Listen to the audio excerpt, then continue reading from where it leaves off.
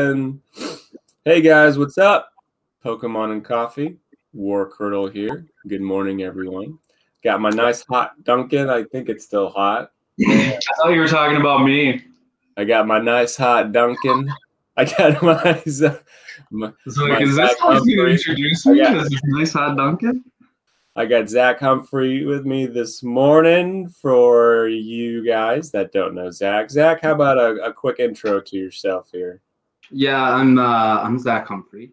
I'm AKA small web store owner, AuroraBeamCollectibles.com.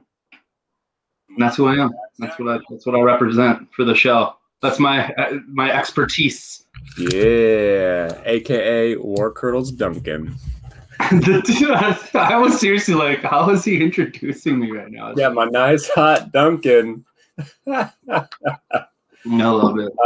Kyler Cook, Vivid Voltage, go Berm. Let's berm it. Berman. So this morning, yeah, we were talking about, or Zach's got some juicy info on some Vivid Voltage reprint action, and also IRL alternate arts, having an alternate art of yourself, the psychology behind. No, we probably won't talk about that. That was a stupid. Alternate ego is just, you call it your alt art. It's my evil. Yeah, you're an alternate art. So Zach, Zach messaged me and said that we are getting Vivid Voltage reprinted, and he's got some juicy info he'd like to share with us about that. Yeah, I said share with the people, Curtis. Give the power back to the people. That's what I said. Vivid back to the people. Give them back the Vivid Voltage they want. Yeah, I'm gonna put my foot in my mouth a little bit, because I think I was on like 2 months ago, and all of the distributors let me know that Vivid Voltage, they said, Zach, Pokemon's gonna print a bunch of new stuff. Well, they and were. Vivid Voltage is not gonna be printed because they switched it to the distributors like switch it to a different like term. It's either like a limited run, depending on where they're at, like which distributor you're talking to, is like limited or discontinued or whatever, and like their buyers switch it to that.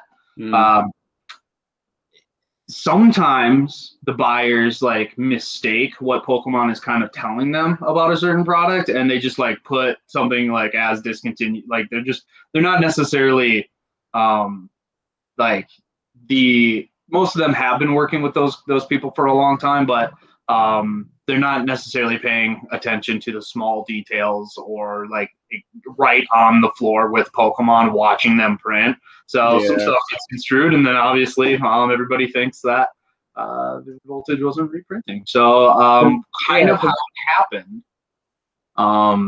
was the distributor we were closest with offered us a small amount for mid to late May, right? Not very much, very small amount. And we were like, well, yes, of course, we'll take this. What else? I guess we'll take your Vivid Voltage. Yeah, please. And it was at wholesale. So we were like, okay, yeah, absolutely, we want that. That's definitely what we want. We're very surprised to see you offer it, because we might see stuff like that secondhand. Like some of these distributors sell you stuff that they held on for a while, or maybe they even purchased from somebody else, and they're going to sell it on the secondary market to you. So they're selling it to you, or they offered it to you at wholesale? They offered it to us at whosale, which is kind of like... You mean distributors sell stuff at wholesale? They usually do. So these people that are like $200 booster box, I have to sell it to that because my distributor charged me $150. There is cases if you're getting it like after its waves, right? Like so Shining Fates, right? If you're getting stuff after wave 3, it could be that somebody bought it off the secondary market, true. But usually if you're talking first wave stuff, there should be no reason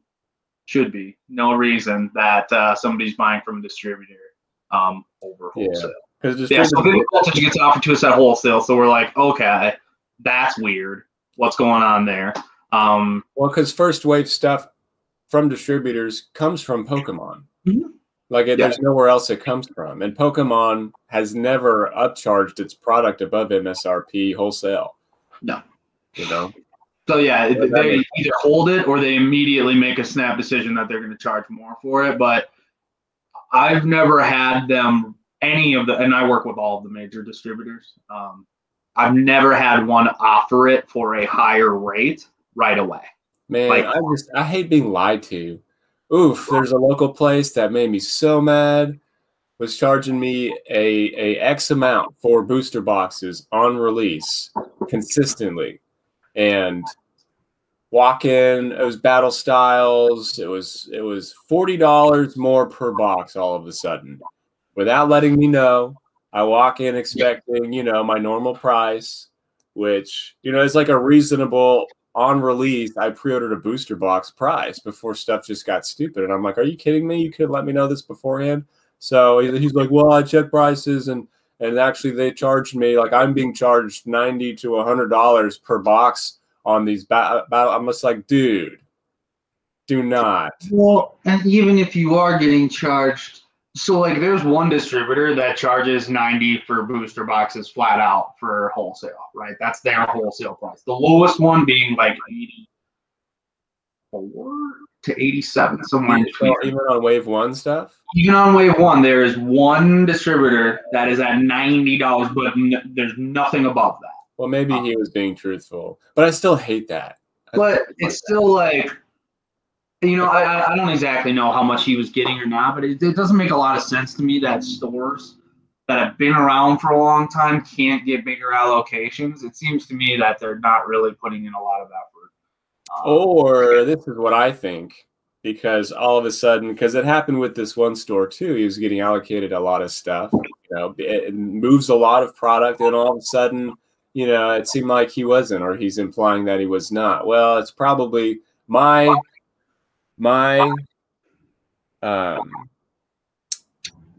guess on that is they're just selling most of their stuff or a large portion of their stuff online. Online, yeah. A lot of the stores are. Because they don't even want to charge the crazy prices in store too, you know. Yeah, it's bad face. It really is. So I kind of get like the vicious cycle of it. But I have two relationships with local card stores here, and they're both wonderful, and both of them make a real conscious effort to put most of their stuff in store. But here's what happens: is they put it in store for a fair price, and then it's gone, you know. So you can't really do much, you know. You're damned if you do, you're damned if you don't.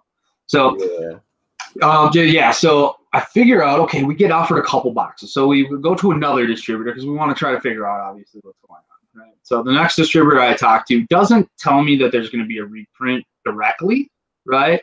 Because they don't want to necessarily let us down either. They don't want me to be like, oh yeah, there's one, and then they can't really allocate it to us because they've given a ton to all their, you know, customers that have been there for 20, 30 years. You know, so I reach out to this other distributor. They say, you know what, we'll put a couple on back order for you, which is kind of like a wink, wink, you know. Couple on back order.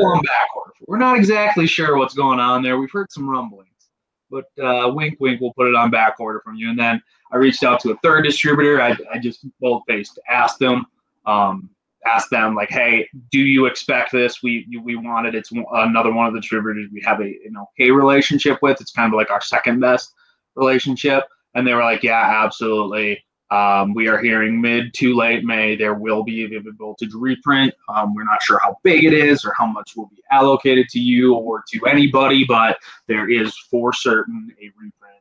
Hell yeah. I hope they do Elite Trainer boxes, man, because that Pikachu Elite Trainer box is getting kind of nutty. Yeah, it's nowhere. It's gone. Yeah. I haven't seen them anywhere. They're not online anymore. They have not for a while, and man, they are gone. Again, I remember seeing like a dozen on the shelf back. It was like what, January, February. I saw a picture of like 35 Burning Shadows ETBs one time, and I didn't buy one. I didn't want any of them. No.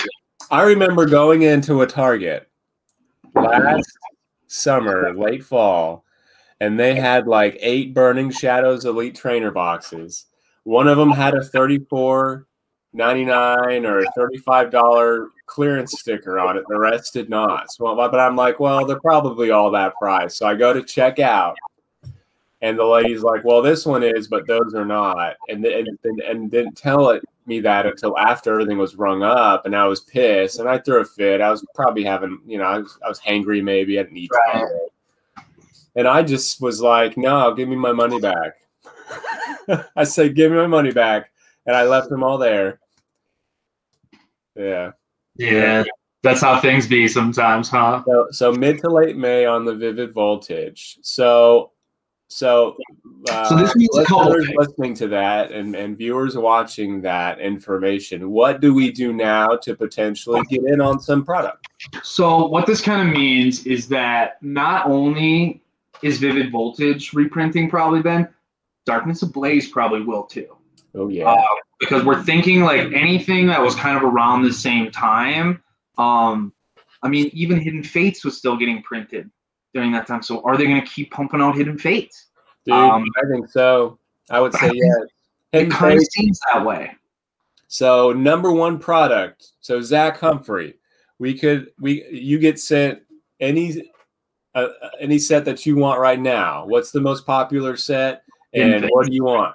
Hidden Fates, for sure. Yeah, I mean, and Pokemon knows that. Yeah, they're not going to stop printing it until people stop really buying it, right? I'm kind of surprised. I think that is a much better investment right now, as far as that goes. Because I mean, as poopy as people got about Champions Path, Pokemon knows it. They're not dumb. They're not like in a room without windows, just like dishing out, Pokemon. I hope people like it. No, they know exactly how it's being received by the community. So, Hidden Fates, should we reprint Hidden Fates or Champions Path? Well, probably the shit that people are gonna fight over. Yeah, print what they're gonna fight, which is gonna be interesting because if you look back at everything Pokemon, yes, there are valuable cards that were printed into oblivion. Yeah, there are. But most of the valuable stuff is pretty niche-y. It's pretty like the sticker hollow cards from Japan are like some of the hottest cards still graded, right? Because they're impossible to grade. They come off really bad when they come out of the vending machine, right? They were trash. They were super hard to grade. So low population, big money, right? We're talking about maybe with the NFT stuff that you guys were talking about last week, that might change a little bit because there's like a stamped value that could be, put to something a little bit, or at least, with NFT too. Yeah, it's going to be completely 100% like consumer driven market. It's the same thing, but it's even more. It's accelerated. It'll have nothing to do with grading. Right. It won't be raw graded, whatever. It'll just be it's a thing. And there's X amount of it. How many people want it times how much they're going to want to pay for it. So this is a good point. So the scarcity, right? Instead of it being created by accident, which is what's happening right now, and it becoming valuable. That's why our Shadowless base, that's why Legendary Collection is fucking still the hardest. I think it's harder and more expensive to collect the entire Legendary Collection than it is to collect base set Shadowless First Edition. I don't know. I've never tried to collect both. I've never actively went out trying to buy them and seek them out. They're beautiful cards. Most people didn't want Legendary. Most people hated Legendary. The first reverse holos, people thought they were jokes. They were reprints of everything from base set or from the first 4 sets, right? And most people didn't want Legendary Collection. So that makes such a beautiful binder collection. Beautiful, and there's a ton of them. It's a huge set, right? So here's the thing: you can go out and you can find a shitty, Shadowless First Edition Charizard that's all beaten to hell, and you can pay $500 to $1,000 or whatever for it, right? You can find them. Just finding all of the Legendary Collection cards is really, really hard. I think it was Steve that was talking to me about this because we were talking about Legendary Collection and he ran me through all of it. and why it's like the hardest thing for you to collect. But that kind of brings us full circle. One day, Hidden Fates is going to be laughable. People are going to be like, this is fucking everywhere. We have so much.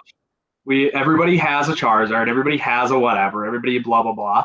But these sets that ran real quick or that were mini sets that's what we saw too. The Gold Star Pokemon. You have the mini sets within all of these other sets that end up being really popular because they just weren't during that time. They had limited print runs, and then it created scarcity for that card. Would you compare Gold Stars, the reverse hollows from Legendary Collection, those like the EXs? Mm-hmm. I'm talking like the older, like shiny border EX cards. There's like secret rare gold cards from somebody sent me a picture yesterday of a Virizion gold secret rare from Plasma Blast, which was beautiful. So these would those be comparable to like amazing rares today? So you'd like to think so, but here's the thing: there's just as many as you listed off. There's twice as many that completely flopped and completely failed, and nobody's really interested in them. Right? There's a ton of like small little things that like. There's all these random shinies. Yeah. I mean, what was it? The random shiny like Azumarill in I can't even remember. I think it was Steam Siege was that set, and they tried to do that. Oh yeah, and there's like a shiny Bisharp in there too. Right? Yeah, the Bisharps in there too. Oh, I love a Bisharp though. I love the Azumarill card. I love that card, but it's like they try to do just as many and they don't hit. So here's what usually happens: the thing that people don't really like that much and doesn't get that much popularity right away, that whatever that is tends to be, really popular 20 years later, and you don't really know what's going to hit 5-10 years. Yeah, that what do you call it? The market narrative is they're garbage. Don't collect them. So like Steam Siege, for example, that the market narrative on that was, I mean, shit, just sacrifice it to Arceus. Let's just start cutting those packs in half because they're garbage. Well, booster boxes are $200+. I think getting close to $300. And honestly, I think TCG Player on those packs are like $5 or $6 now. Loki, can you bring up the Steam Siege set right now? Yes. What I'm doing right now actually is looking at PSA 10 graded break cards. Oh, really? Because wow.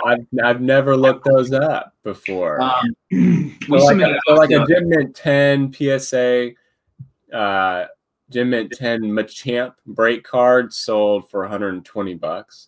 Look at the Lugias. Yeah, where's that Lugia at? I bet there's good price on the Lugias. There's a Nidoking, took best offer $125. There's GMA Ninetales less than $50. Well, it's because it's GMA. Probably had a hair in it. Probably had a hair inside it. Yeah, probably. Where is Lugia? Where are you? I guess I have to type in Lugia. Would you want me to look at the Steam Siege set? There's some cool cards in that. There is. So the secret rare. Oh my god. Okay, so the secret rare Volcanion is a beautiful card. Dude, yeah. So I don't know what the best offer accepted was, but a PSA 10 Lugia, it was listed at $2,000, and someone took. Yeah, I can actually see it. I have a plugin that allows you to see the actual price. Yeah, pull that up, dude. Lugia break card. I had no idea. Yeah, dude, the Lugia stuff, just anything that's in pristine condition. Like if you get a magazine or an old booster box, so anything. Fates Collide. That's where the Lugia break card is in. It's Fates Collide. So PSA 9, March 15th, auction style sold for $105. But I mean, yeah, people want that 10, man. And I think that's the only 10 that I can see that's been sold. Slab Watch says that it went. By the way, it's called Slab Watch. You're a Slab Watch. Thanks. 1,500 smackaroos. $1,500, guys, for a Lugia Break PSA 10. If you pull that thing out of Fates Collide, top load. I'm sorry, not top load. Penny sleeve. Raw dog it into a top loader. No, penny sleeve top load, and if that thing is minty, grade it, dude. I mean, honestly, just look up your cards and 10s and just see. Like, it's worth it to just see what they could go for. And if you have a bunch of something laying around, just send them out to BGS. Try to get that Black Label 10 if you have 10 of them. Sure, it's going to cost you $100, but if you get one of them, you're going to get $1,000 out of it, you know? $1,500. We sent in 4 cracked ice hollow Vivid Voltage Charizards from the theme decks. Like, we ripped open the theme decks. We just pulled out the cracked ice hollows. There's a pop 0 on Black Label 10s.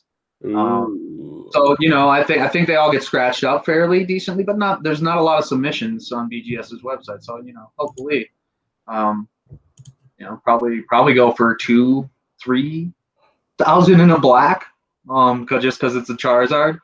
2 or 3 grand in a black, potentially. Yeah, potentially. If it's a pop one, for sure. Yeah, if it's a pop one, potentially. Yeah. So, Vivid Voltage, that's exciting. I mean, that kind of means that Champions could be reprinted. That kind of means that all that stuff could be reprinted. Is this Steam Siege? So this is your Steam Siege. Can you see it? Is it big enough? Yeah, I can zoom in too. I wish I could make it the big screen. So you have some break cards. You have a couple shiny cards. Yeah, the Yanmeg is in there. Talonflame, Pyroar. So there's the Volcanion. Yeah. This is when they were doing the split types too, which is sick. And they made them shiny. So like the Volcaronas. Oh, look at that thing. Is a shiny version of Volcarona. That's beautiful artwork, by the way. It is beautiful artwork. Hot take. Is this the one with the Bisharp in it? I think it is, because I think I pulled the Bisharp last week. But that would be metal and black. Yeah, right there, down. Yeah, there he is. Oh, there's a hot Duncan. Look at him. God, dude, the axe on his head looks beautiful in yellow. Man, that Bisharp is dope. What were we watching? It's a sick card. Why is it so cool? I wonder what a PSA 10. What would it like? I mean, I'd want that graded. Who don't want that graded? What else is in here? There's the Yveltal. Ooh, I wonder what the Yveltal. Veltal? Evital? Is that how you pronounce it? No, Yveltal. You got it. Yveltal? I wonder what that is as a PSA 10. Yveltal break? Veltal? Yveltal. Oh man, some of these I'm so bad at. Break, PSA 10. You know someone graded it. So someone's got it listed up for $200 PSA 10. Okay, so not like super wild crazy. Not like that Lugia, man. People there is some people get a chubby. People's pants start shrinking when they see Lugias. Xerneas, Hydreigon, break cards. There's that Azumarill you were talking about. That's such a cute card. It's a beautiful card. How about that in a full art? Be great. And that's just it. Like, here's these shinies that are sprinkled around this set that nobody wants, and yet everybody wants to open, Hidden Fates to try to find shinies that are all really pretty, carbon copies. Hey, was it you guys that pulled the Volcanion for me? I pulled one for you, didn't I? Was it Steve Swanson? I know it came from you guys. Yeah, I think either I pulled it or Steve did. But check out these artworks here. So Gardevoir is a fan favorite. There is a little cult following behind Gardevoir, and this one is gorgeous. It's got Yveltal in the background, with the Gardevoir in front, that gold border. That's a beautiful card. And then yeah, this is the Volcanion. Boom. Beautiful. So yeah, it's just so strange, like how something will not be desirable at first, you know. Particularly as we're talking about this, there's oh, I have to remember, there's 2 new energy cards that are going to come out, new special energies that are going to come out in the next set. The one energy, okay, I have to remember this. My brain has to work pretty hard. One energy, it's like an Aurora energy, or both of them are like Aurora energies, right? Where you get any energy when you attach it to a Pokemon. The benefit is you don't have to discard when you attach it, and one of them makes you impervious to poison. Yes. And then the other one makes you impervious to paralyzing. One's called Impact Energy. Yeah, Impact Energy and something else like that. Yeah, because there was... Sorry, go ahead. But here's the interesting part about that is you have those energies now, and really, like, if you look at the meta, there probably isn't much of a place for them, right? Maybe against the Eternatus deck, okay, you play the poison energies against that, it's okay. Maybe you play the non-paralyzed against just Pikarom, but like Pikarom can't be around for all that much longer if we're going to get rid of some of the Sun and Moon. If we're going to get rid of that from Standard and move into Sword and Shield for Standard. So why, what does that look like? And it's just so weird because it might not today be worth it. Like the single strike energies and the rapid strike energies, like today, oh, these are kind of throwaway. Nobody's using them, whatever. 2-3 sets down the road, those all could be really, really relevant, They could. So there was actually a big deal. We're called a big deal because it's early and I haven't had enough coffee and I don't have my smarty words this morning. So the Impact Energy is a single strike card. So it says single strike on it. So there's been a ruling in Japan because it was a big deal, like a huge deal. Huge, not huge, but big deal. Houndoom allows you to search for single strike cards from your deck and attach it or put them in play. So predominantly, I think the only single strike card or the single strike energy is a fighting type energy. So before this Impact Energy came out, Houndoom could only attach fighting type energy. And so with this card being single strike, they're like, well, how does that wording work? Can it go and pull an energy that says single strike on it, like in the artwork, or does it have to have single strike in the actual name of the energy? Because here's the 2 differences. If it has to be in just the name of the energy, then it can only pull out the single strike energy, which makes it a lot less viable. And right. You can play like 4 or 5 decks. Really. Yeah. If you could pull this other one, the Impact Energy, and which gives you any type of energy you want, now all of a sudden Houndoom becomes a card that you can have in any deck you want. Yeah. So the ruling on that in Japan was that it was the Impact Energy name and only. So so you could not use it with the Impact. But that's the ruling in Japan. That does not mean that that's going to be the same ruling for our Standard. I hope it's. I would love to play a Houndoom in all my decks. That'd be sick. Oh, that's all you freaking need is a Houndoom pulling energy on your Lucario Malmetal GX. Nonsense. Yeah, but most of that'll be out of Standard too, bro. Well, because Metal Goggles might go away. Zach plays a nasty Malmetal Lucario deck. Nasty. Didn't you win that tournament? I did. You won the Champions Path ATB is right there. Oh yeah. The Champions Path. Right. Yeah, dog. I haven't tasted it yet. Yeah, dog. Oh, I love it. So yeah. Oh yeah. So I wanted to talk about that. So we're almost at 30 minutes here. And I think now's a good time probably to let everyone get back to their day. And we had some other stuff we were going to talk about, but we can just save that for next time. That's fine. So yeah, Vivid Voltage. Keep an eye out. Early to late May. Reach out to your product people and say, "Yo, Zach Humphrey, Trevor Soffin, Aurora Beam Collectibles. I would like to get some of that." Then they may put you on the list. Who else in our little Facebook community? Chris, who in Jacob Chambers of Good Luck Have Fun Gaming. Chris Hodge, tons of Japanese too as well. If you're looking for any of that, you know, Billy Campbell's not in our group, but yeah, Billy Campbell of a great resource. Bill and Ogre Gaming, I believe. And then things to look out for here. I can just do a quick list for everybody because this is gonna be a weird time this month.